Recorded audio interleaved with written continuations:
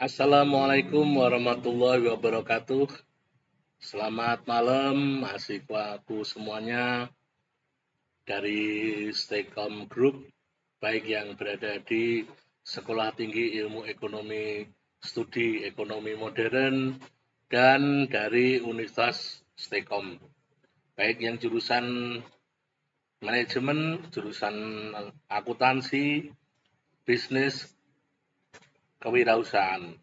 Ya, pada malam hari ini kita akan memulai perkuliahan di pertemuan yang ketujuh ini, yaitu kewirausahaan dan perencanaan bisnis. Sebelum kita mulai, marilah kita berdoa menurut agama dan keyakinan kita masing-masing. Untuk yang beragama Islam, kita awali dengan membaca basmalah bersama-sama. Bismillahirrahmanirrahim. Dan untuk yang beragama non-Muslim, silakan Anda berdoa menurut agama dan keyakinan Anda. Oke, terima kasih. Sebelum lanjut ke pertemuan pada malam hari ini, tidak henti-hentinya, tidak bosan-bosannya saya berpesan tentang menjaga protokol kesehatan, ya. Memakai masker, kemudian mencuci tangan menggunakan sabun, menjaga jarak, dan menjauhi kerumunan. Dan jangan lupa untuk berdoa agar kita terbebas dari COVID-19. Ya, terima kasih buat semuanya. Tetap semangat, tetap jaga kesehatan. Kita mulai perkuliahan pada malam hari ini di pertemuan yang ke-7. Sebelum kita menuju ke ujian tengah semester. Bab 7 adalah kewirausahaan dan perencanaan bisnis. Para pengusaha mencoba untuk menciptakan suatu bisnis yang akan menghasilkan keuntungan bagi diri mereka. Mereka mencari berbagai peluang di mana mereka dapat menawarkan suatu barang atau jasa kepada para pelanggan yang dihargai lebih murah atau memiliki mutu lebih baik jika dibandingkan dengan yang ditawarkan oleh perusahaan-perusahaan lain yang sudah ada.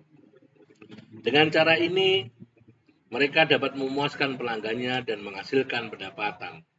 Mereka juga berharap dapat memproduksi produk tersebut dengan biaya yang relatif murah, sehingga pendapatan mereka akan melebihi biayanya dan timbullah laba. Bagaimana menciptakan suatu bisnis baru? Ini suatu pengalaman, ya. Domino Pizza adalah contoh klasik dari suatu bisnis yang diawali dengan sedikit pendanaan. Bisnis ini didirikan oleh Tom Monaghan, seorang dropout perguruan tinggi, dan saudaranya dengan membeli sebuah restoran pizza yang bangkrut pada tahun 1960. Tom bahkan harus meminjam 500 US dollar yang ia butuhkan untuk diinvestasikan pada perusahaan tersebut.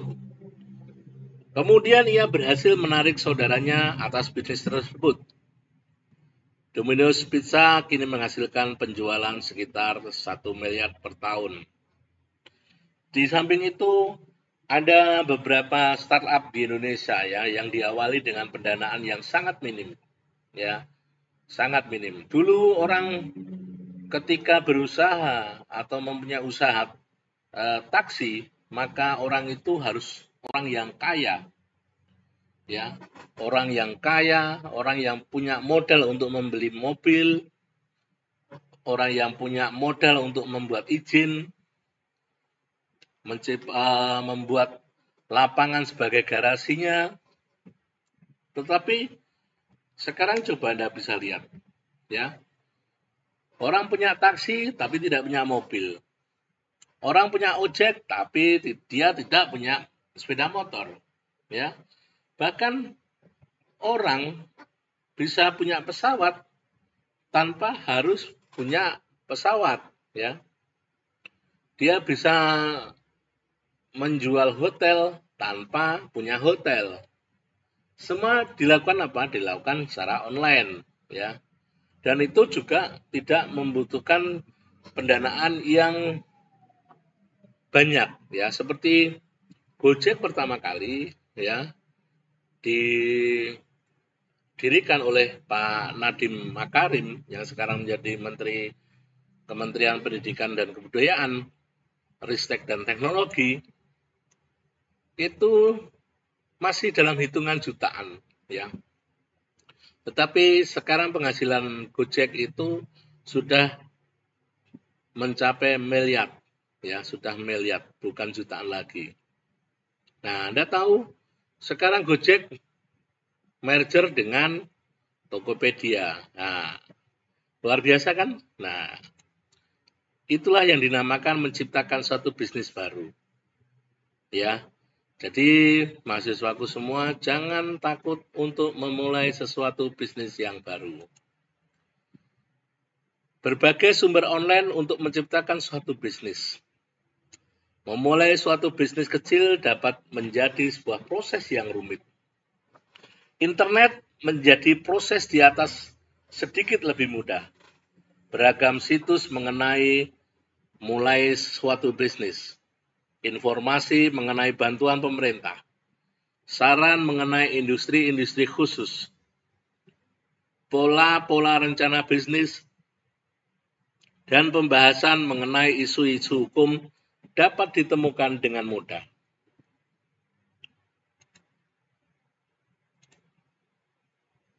Bisnis online ini memang luar biasa, ya. Sekarang sudah merambah, bahkan sekarang ada namanya Go Sayur, ya. Jadi orang menjual sayur, kalau dulu orang jualan sayur itu apa namanya? Kalau di Jawa itu namanya yao-yao, ya. Yao-yao itu kalau pagi dengan sepeda motor atau sepeda ontel, kemudian ada yang pakai kereta dorong, ya, diisi dengan berbagai macam sayur, ya. Mungkin kalau di perumahan-perumahan mewah biasanya yang keluar pembantu-pembantunya, ya, untuk membeli. Tapi mungkin pemiliknya malu untuk membeli di yao-yao, ya. Nah, sekarang kemudian timbul penjual sayur online, ya, menjual sayur online. Dia mengambil sayur-sayur dari petani, ya, kemudian dijual secara online. Dan ini luar biasa hasilnya. Dan kita bisa lihat kenapa hal ini tidak dilakukan jauh-jauh hari, ya. Bahkan warung-warung kecil di tetangga itu juga pakai online kan sekarang, lebih pakai WA. Kalau gas pakai WA, gas habis pakai WA. Gimana kalau itu kemudian kalau makanan sih sudah sering, ya. Tapi bagaimana kemudian menciptakan suatu bisnis yang baru ini, kemudian membuka toko kelontong online, ya, hanya melayani di perumahan atau di desa tersebut. Ya, siapa beli 1.000 diantar, ya. Beli 2.000 tetap diantar. Kadang-kadang kita berpikir, 1.000 kenapa harus diantar? Beli 2.000 kenapa harus diantar? Bukan dari itu yang kita dapatkan. Ada peribahasa mengatakan sedikit demi sedikit lama-lama menjadi bukit, ya. Kalau bukitnya nggak runtuh, ya. Jadi kita mencoba membuka toko kelontong itu dengan online, ya, ditawarkan kepada tetangga-tetangga kita. Janganlah tetangga kita itu juga ke toko-toko minimarket, ya, Pak. Belilah di warung-warung tetangga Anda. Ya, ini. Nah, warung-warung itu harus punya sedikit perubahan, ya, perubahan bisnis dengan cara online, ya.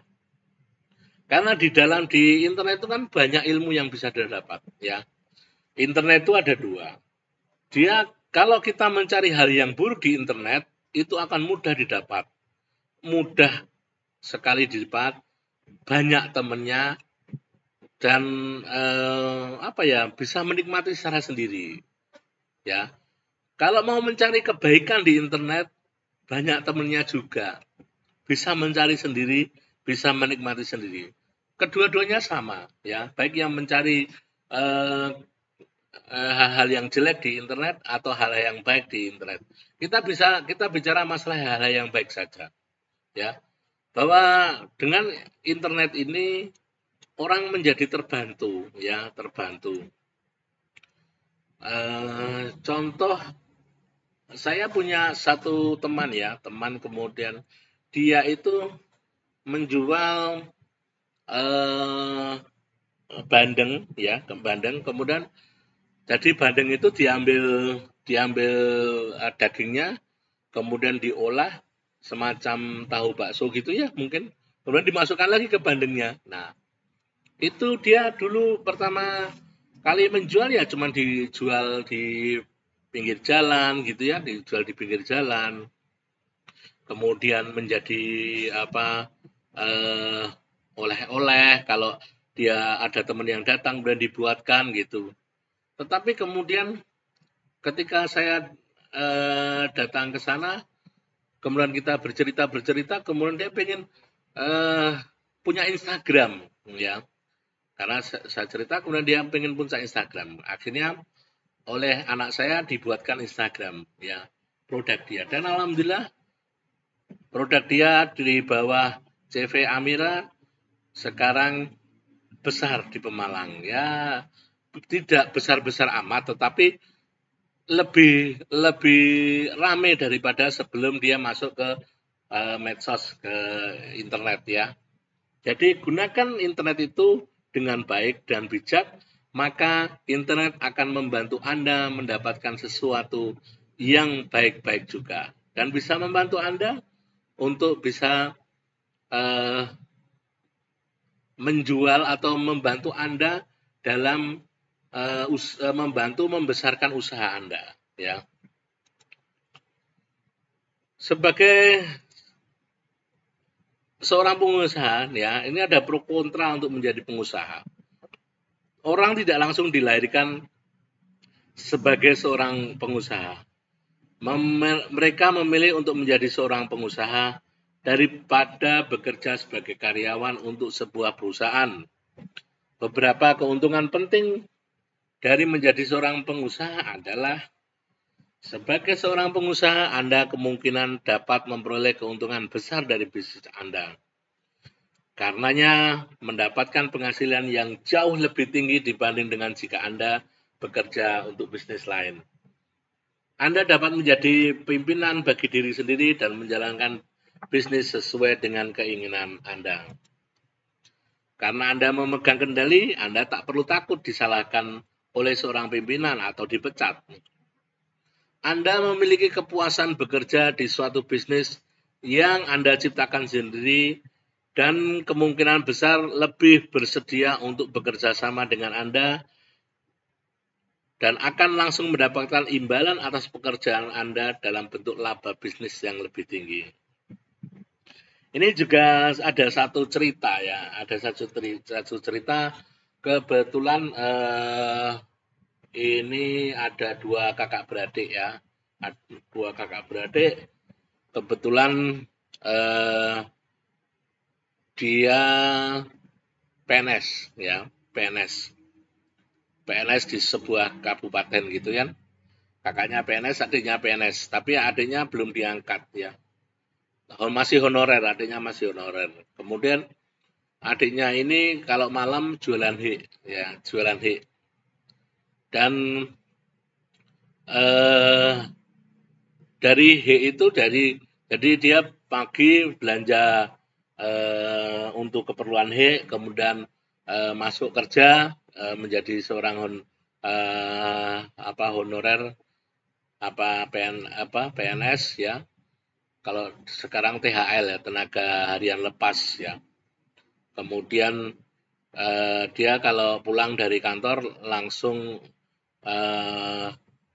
membuka lapak hiknya, ya, sampai pagi. Nah, dalam waktu 2 tahun itu ternyata dia penghasilan dia yang diperoleh dari menjual HE dengan penghasilan dia sebagai seorang honorer PNS itu lebih banyak sebagai penjual HE, ya. Kemudian dia keluar mengundurkan diri dan dia memilih fokus untuk membesarkan HE. Jadi kalau dia pagi belanja, kemudian disiapkan, siang tidur, malam jualan sampai pagi. Luar biasa ya. Jadi kadang-kadang orang berpikir bahwa pekerjaan itu adalah pilihan ya. Pekerjaan itu adalah pilihan. Kemudian saya pernah ketemu dengan dia, saya ajak ngobrol dia. Saya tanya ke dia, kenapa Anda memilih untuk menjadi seorang penjual HE dibanding Anda seorang PNS walaupun masih HR ya, atau honorer. Berangkat ke kantor dengan baju seragam itu kan orang kan melihat lain ya. Jadi apalagi seorang calon mertua ya mesti melirik yang berbaju seragam dibanding penjual HE ya. Dan dia berkata bahwa biarkan kakak saya yang menjadi PNS ya, biarkan kakak saya menjadi PNS nggak apa-apa, dan saya lebih memfokuskan pada usaha ini. Bagi saya pekerjaan itu menjadi pilihan hidup ya. Saya bukan masalah duitnya banyak ya. Mungkin saya memang jualan HE, saya duitnya lebih banyak daripada saya menjadi HR atau honorer PNS ya. Tetapi bagi saya kepuasan ketika dia menjual HE itu ketemu dengan orang ya, interaksi dengan orang, ngobrol sampai pagi, mendengar keluh kesah mereka, itu menjadi sebuah kepuasan tersendiri bagi dia. Nah, ini luar biasa ya. Jadi dia mencintai pekerjaan dia sebagai seorang penjual HE karena dia merasa dia dibutuhkan. Nah, ini luar biasa. Nah, bagaimana ketika Anda menjadi seorang pengusaha, Anda berada di titik ini, bahwa Anda menjadi seorang pengusaha, membuka usaha, apapun usaha Anda itu, Anda tidak hanya mengejar sebuah keuntungan saja, tetapi bagaimana Anda aware ya, dengan customer itu lebih aware ya. Jadi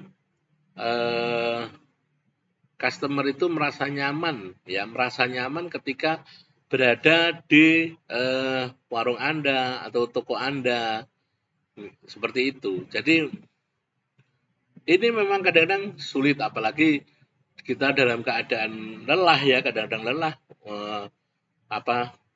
untuk melayani pembeli saja kadang-kadang ngantuk, kesel gitu ya. Tetapi dengan sebuah rasa kecintaan yang tinggi ya terhadap pekerjaan, maka hasilnya akan menjadi luar biasa ya. Dan jadi pengusaha itu Anda nggak perlu dipecat ya. Dan Anda bisa kalau kesel ya tutup ya, kalau pengen dulan ya tinggal dulan, tidak usah pamit, tidak usah kemudian harus di fingerprint absennya ya, seperti itu ya.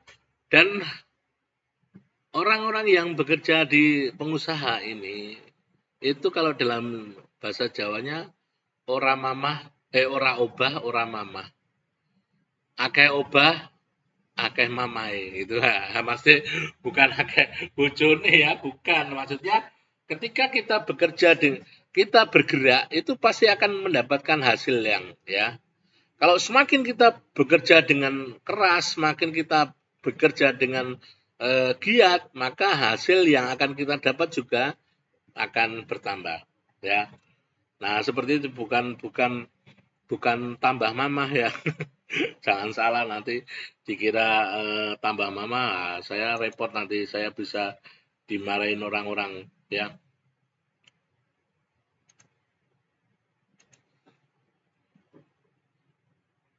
Nah, ini profil pengusaha. Seorang pengusaha memiliki beberapa sifat khusus yang membedakan dengan orang lain. Ya, ada berbagai sifat ya. Salah satunya adalah kreatif ya. Pengusaha mengetahui cara-cara untuk meningkatkan kepuasan pelanggan. Mereka dapat mendeteksi adanya kebutuhan para pelanggan akan suatu barang atau jasa yang belum ada dan kemudian menjadi contoh untuk memuaskan kebutuhan mereka. Mereka mencoba untuk mengetahui apakah suatu barang atau jasa yang sudah Anda miliki kelemahan-kelemahan dan mencoba untuk memperbaikinya. Toleransi risiko. Pengusaha harus bersedia untuk menerima risiko kehilangan investasi bisnis.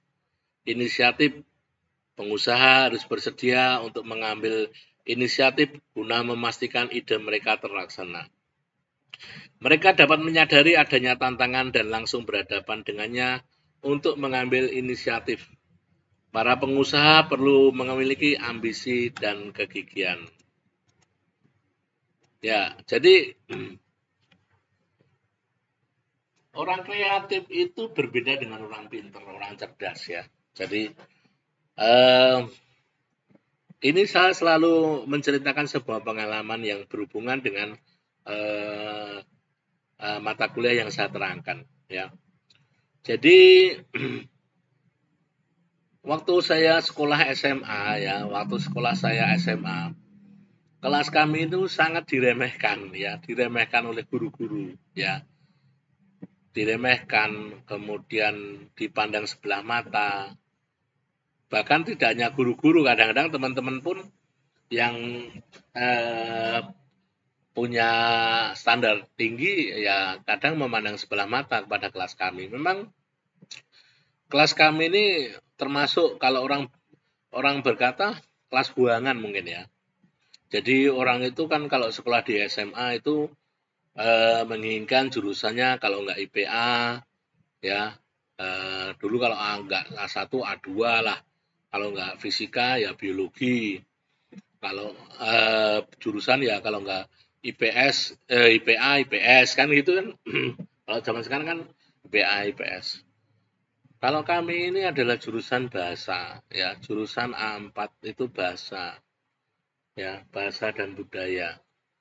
Nah, ini kan luar biasa dan mereka sebetulnya orang yang harusnya pantas masuk di jurusan A1 atau pantas untuk masuk di jurusan A2 hanya karena kenakalan mungkin ya, kenakalan waktu SMA itu. Kemudian mereka kemudian dimasukkan ke jurusan kami di jurusan A4. Sehingga memang jurusan kami memang apa ya, terkenal bling-bling. Tapi itulah modal besar kami berada di kelas itu ya, sehingga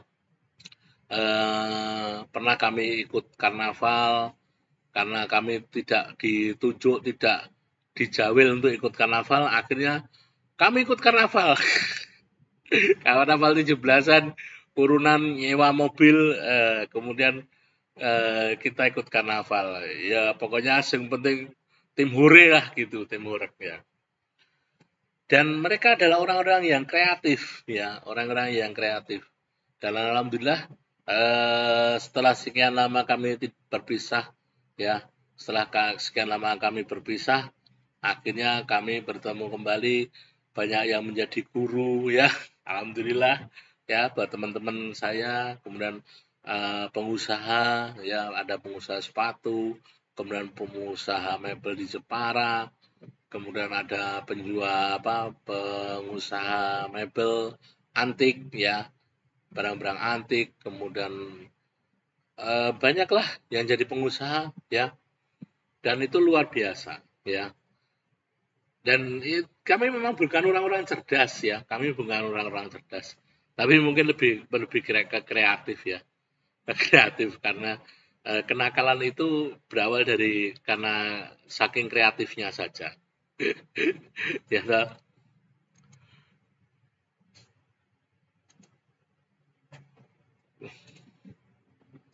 Ya, kita akan melihat kadar permintaan ya. Setiap produk memiliki pasarnya sendiri, di mana terdapat konsumen yang membeli produk dan bisnis yang menjual produk tersebut. Dalam pasar komputer pribadi, personal komputer, terdapat permintaan akan PC oleh jutaan orang. Dan terdapat banyak bisnis seperti misalnya Dell, Hewlett Packard yang memproduksi PC untuk memenuhi permintaan pasar. Permintaan pasar tertentu akan berubah dari waktu ke waktu. Ketika permintaan mengalami kenaikan, bisnis dalam pasar tersebut cenderung mendapat keuntungan karena naiknya penjualan. Para pengusaha cenderung mengembangkan bisnis-bisnis baru di pasar yang mereka miliki dorongan permintaan yang kuat, sehingga mereka dapat meraih keuntungan dari permintaan tersebut. Ya.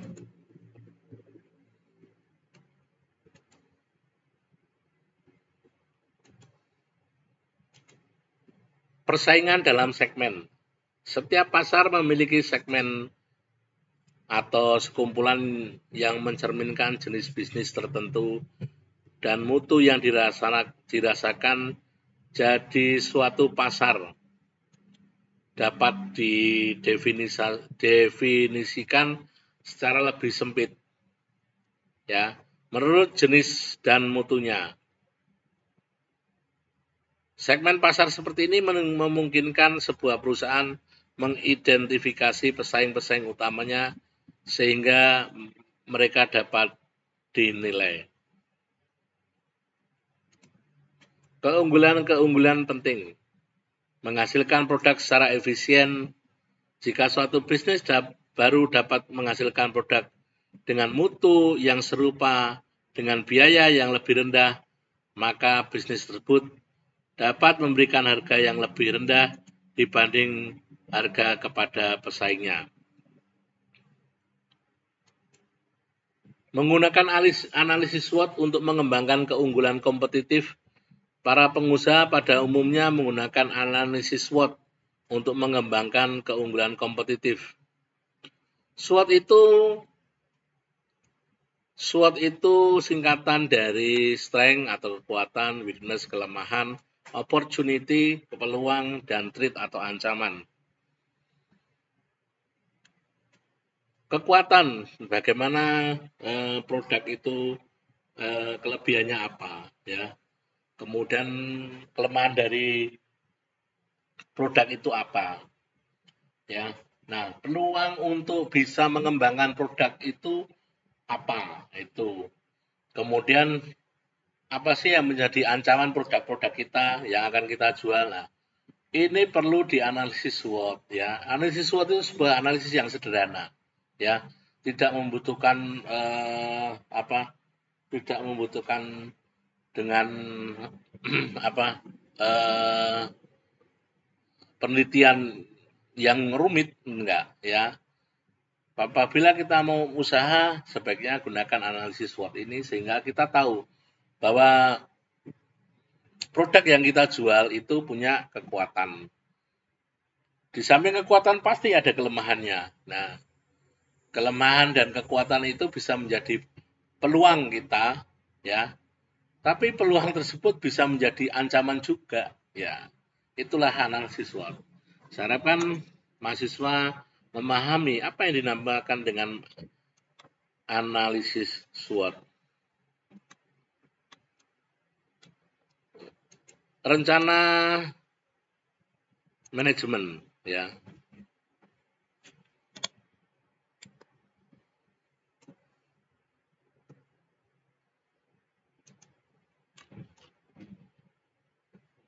Kita bicara tentang rencana manajemen.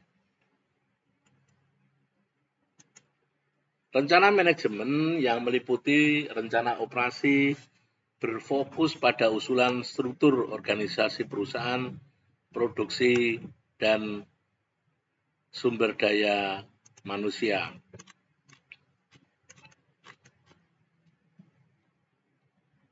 Apa sih yang dimaksud dengan struktur organisasi? Ya, struktur organisasi mengidentifikasikan peranan dan tanggung jawab para karyawan yang dipekerjakan oleh perusahaan. Struktur organisasi dari sebuah pabrik baru akan lebih rumit jika dibandingkan dengan struktur organisasi toko pengiriman pizza. Produksi. Berbagai keputusan harus dibuat mengenai proses produksi seperti misalnya tempat atau lokasi, fasilitas produksi, dan desain serta tata ruang fasilitas tersebut.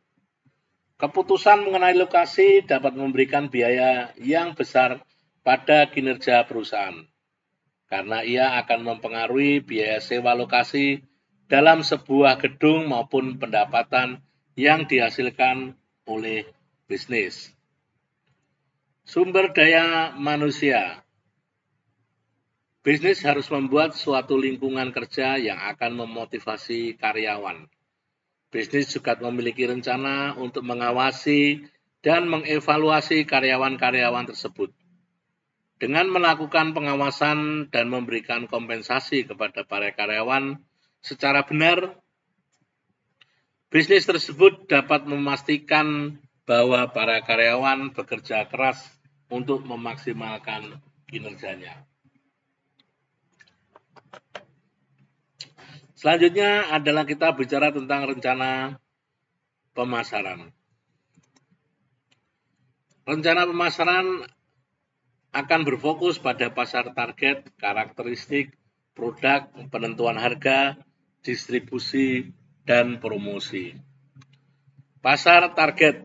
Suatu bisnis baru mungkin tidak diketahui oleh pusat targetnya dan terlebih dahulu mendapatkan kepercayaan dari para konsumen. Jika para pemiliknya yakin bahwa produk mereka lebih baik daripada produk-produk lain, mereka harus membuktikan bahwa produk mereka lebih baik. Karakteristik produk. Rencana bisnis hendaknya menguraikan karakteristik produk dengan penekanan pada apa yang membuat produk tersebut lebih menarik daripada produk serupa yang ditawarkan oleh pesaingnya. Penentuan harga, usulan harga produk yang juga sebaiknya dimasukkan. Harga dan dari produk-produk serupa yang dijual oleh pesaing sebaiknya juga disebutkan. Harga akan mempengaruhi permintaan akan produk tersebut. Distribusi. Rencana bisnis sebaiknya menguraikan cara-cara bagaimana produk tersebut akan didistribusikan kepada para konsumen. Berapa produk dijual langsung ke konsumen, sedangkan beberapa yang lain didistribusikan melalui gerai-gerai retail. Promosi. Rencana bisnis juga sebaiknya menjelaskan cara-cara mengenai bagaimana produk tersebut akan dipromosikan. Strategi promosi sebaiknya konsisten dengan profil konsumen. Sebagai contoh, produk yang menarik minat mahasiswa perguruan tinggi dapat dilakukan di koran-koran mahasiswa. Ya, oke, buat mahasiswaku semuanya yang pada hari ini masih mengikuti perkuliahan saya. Demikian perkuliahan saya pada kali ini. Semoga bermanfaat bagi kalian semuanya. Kalau ada yang mau ditanyakan, silakan Anda kirim di kolom komentar atau di WA saya ya, via WA. Nanti kita bisa diskusi lebih lanjut. Oke, terima kasih. Sebelum kita tutup, marilah kita berdoa menurut agama dan keyakinan kita masing-masing. Untuk yang beragama Muslim, mari kita membaca basmalah bersama, membaca hamdalah bersama-sama. Alhamdulillahirobbilalamin. Bagi yang beragama non-Muslim, silakan Anda berdoa menurut agama dan keyakinan Anda. Oke, terima kasih. Sampai di sini. Kurang lebihnya saya mohon maaf. Wassalamualaikum warahmatullahi wabarakatuh.